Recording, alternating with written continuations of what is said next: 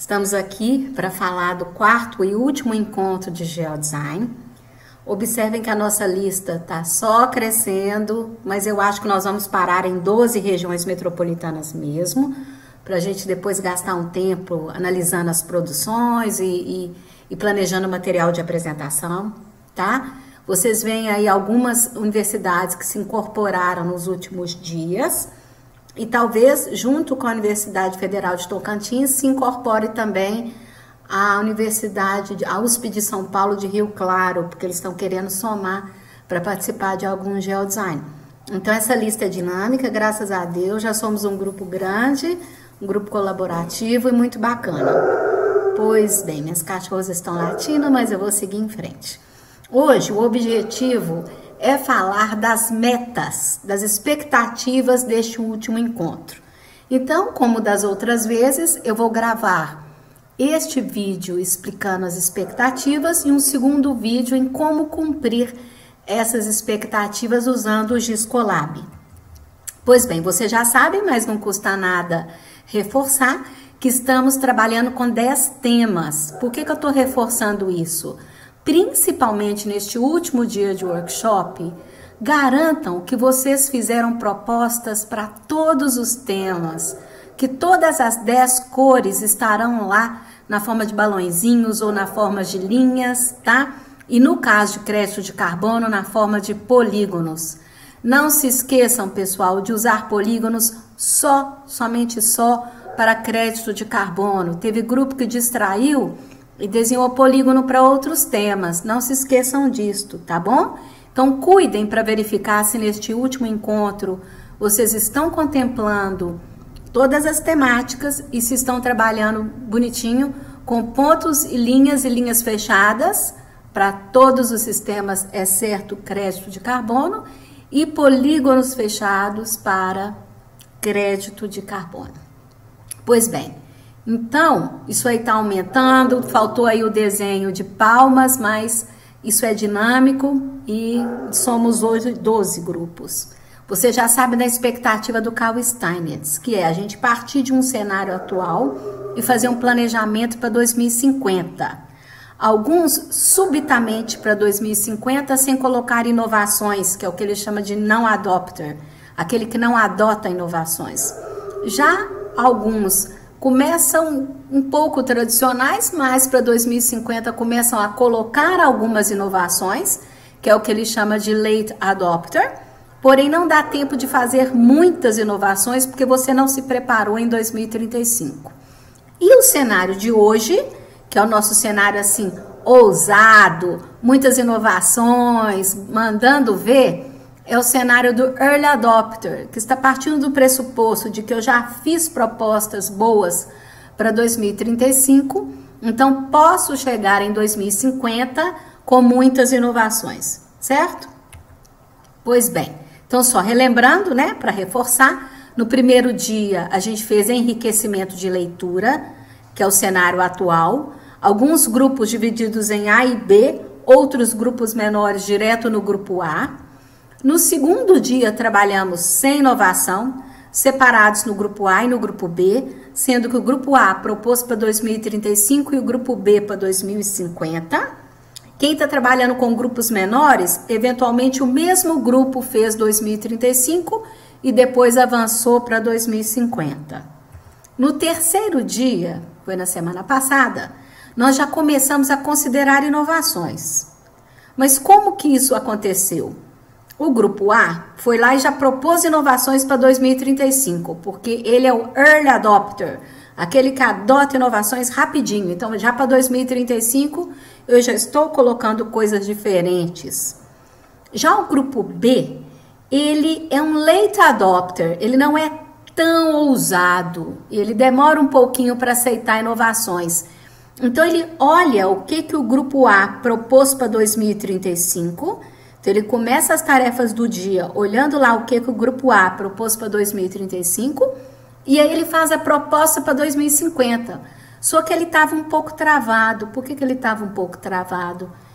Porque não dá para fazer tudo se em 2035 não houve um preparo, né? Isso foi o que aconteceu na reunião passada, a ideia da reunião passada.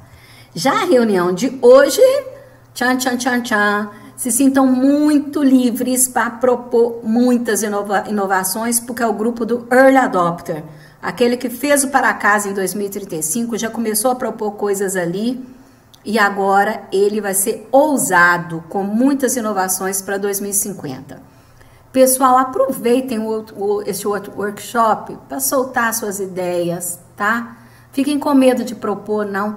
Isso é um experimento acadêmico para vocês conhecerem o geodesign. E esse ano nós estamos seguindo esse script aí do Steinitz. Essa é a expectativa dele, tá? Para depois a gente ter os cenários para 2050 com diferentes formas de pensamento. Mas existem outras formas de fazer o geodesign, tá? Um dia a gente pode se reunir e eu contar para vocês das outras formas. Aliás, no vídeo conceitual eu conto de outras formas que o geodesign já foi feito.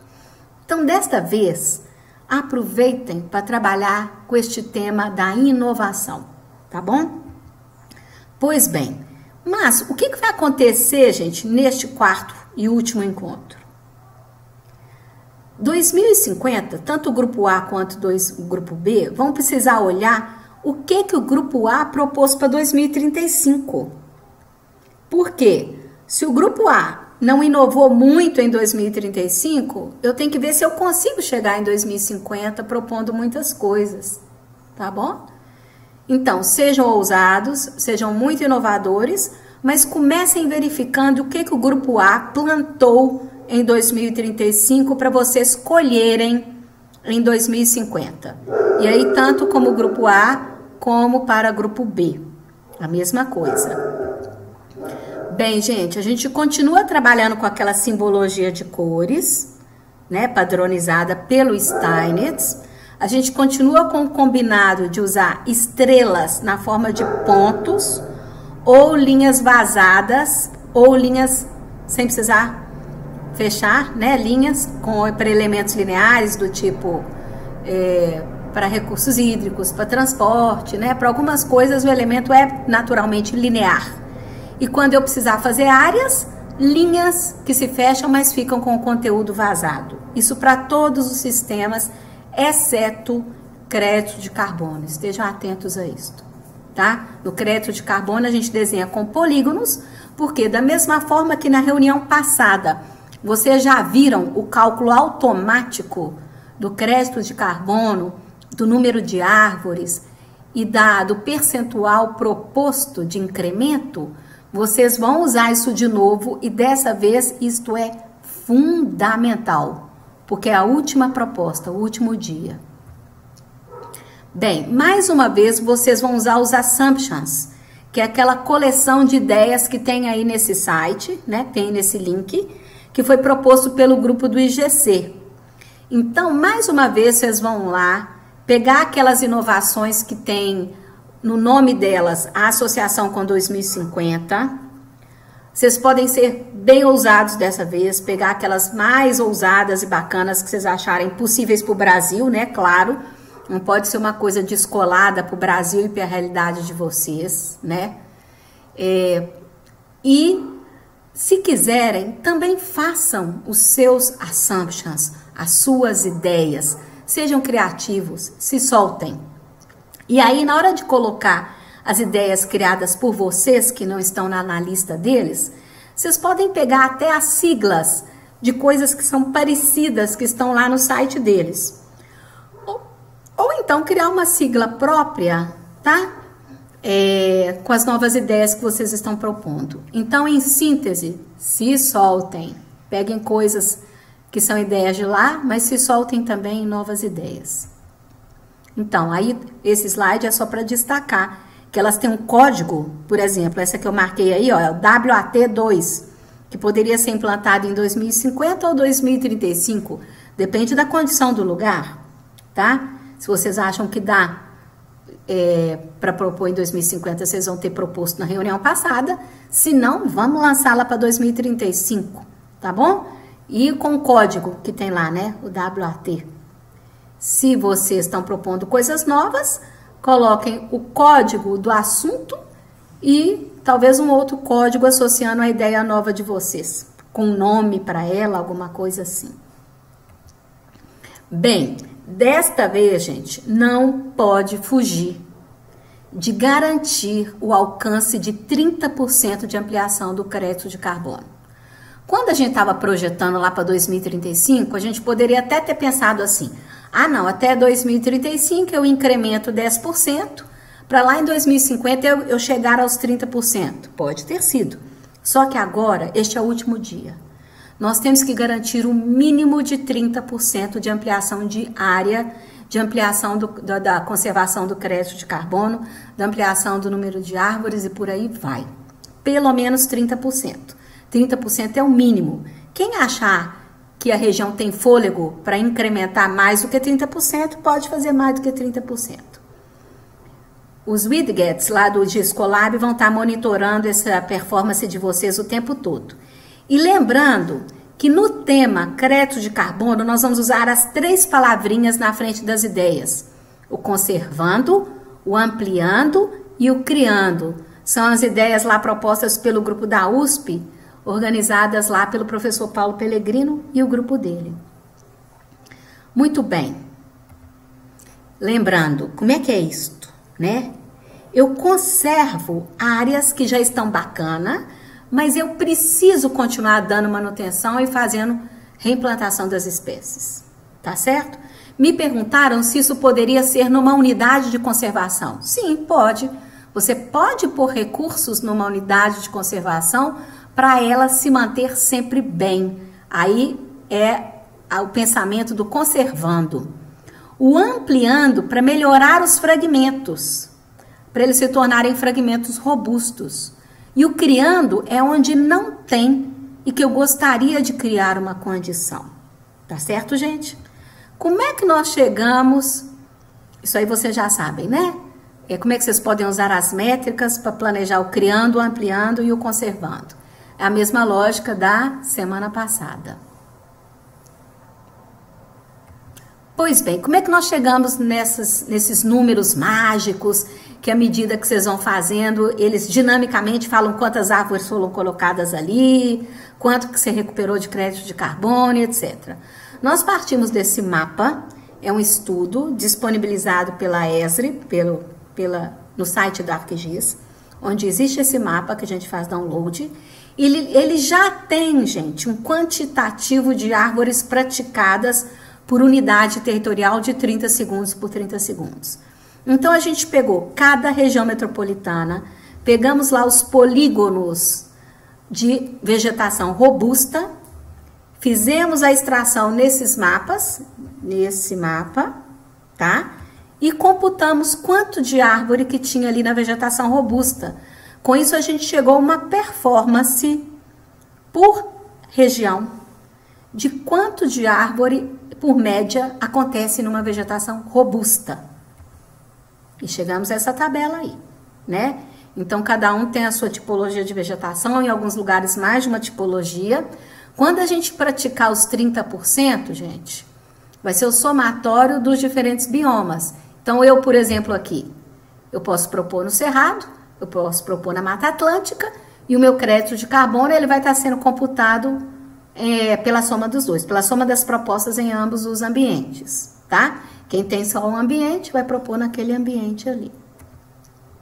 Além disso, nós pegamos este mapa também, que foi indicado lá pelo pessoal da USP, que já é uma mensuração por cada 300 metros por 300 metros do quantitativo de biomassa de carbono acima e abaixo da terra, a densidade. Então, a gente mais uma vez pegou a vegetação robusta de cada região e extraímos ali quanto que eu tenho de carbono acima e abaixo da terra, tiramos uma média pela área, não é? Então, a expectativa é que haja também um incremento. Então, enquanto vocês estiverem lá desenhando os polígonos de vocês, o Discolab vai estar indicando quanto que vocês estão conseguindo incrementar de crédito de carbono acima e abaixo da terra, tá, people?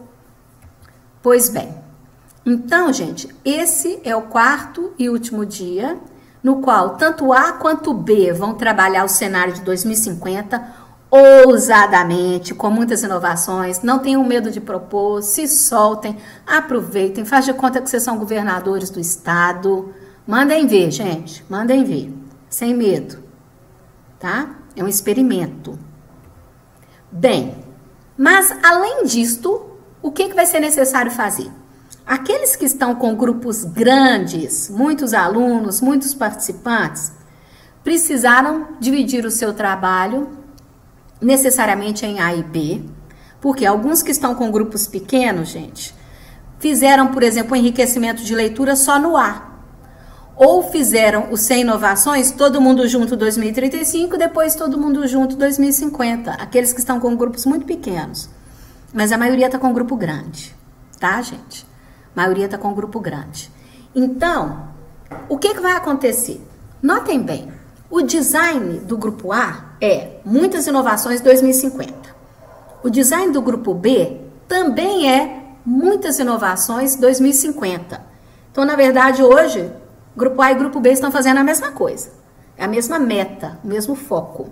Vai sair uma proposta de design do grupo A e vai sair uma proposta de design do grupo B.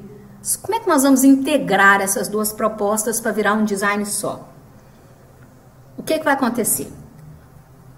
Feitos os designs, o grupo A vai sair da sua caixinha do contexto, vai salvar, né, gente? Não sai sem salvar, não, senão depois vocês vão chorar de sair sem salvar.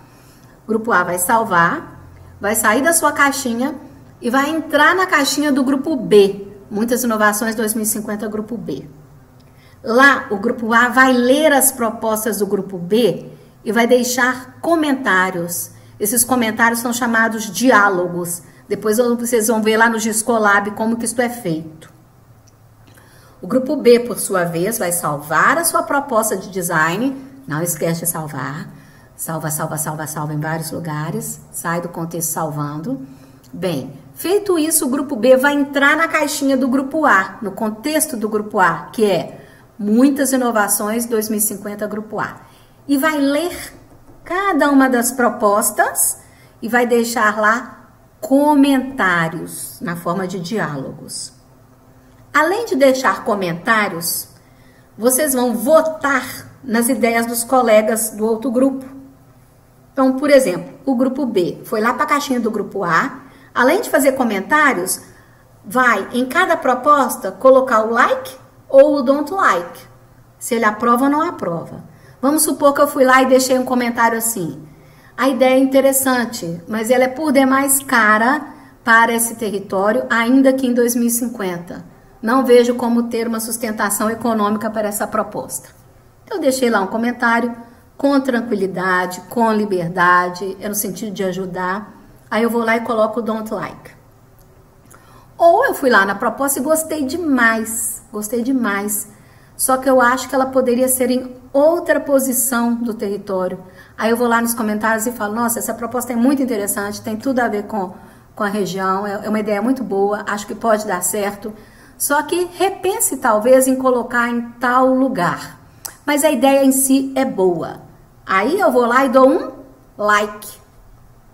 Ou então eu realmente não tenho críticas, não tenho nenhum sinal, acho super bacana. Eu gostaria de deixar um comentário apoiando esta ideia. Vou lá e faço um comentário apoiando e dou um like. Ou então eu nem preciso comentar, porque eu acho que assim tá perfeito do jeito que eles propuseram. E eu entendi o suficiente. Aí eu vou lá e dou um like. Tá? Então, o que vai estar acontecendo, gente? O grupo A vai estar comentando as ideias do grupo B e vai estar votando, ideia por ideia, se gosta ou não gosta. Cada pessoa tem o direito a um like ou um don't like, tanto faz, um voto, cada participante. Mas cuidado para não sair clicando igual doido, porque depois não tem como desfazer. Uma vez que colocou o like, ele fica lá, hein? Então, cuidado na hora de clicar o voto, porque é uma vez só. Não tem mecanismo de barrar 2 votos aí, não. Também vocês não vão dar de doido, de sair clicando igual doido, não, hein, gente? Faz favor. Vamos voltar com consciência.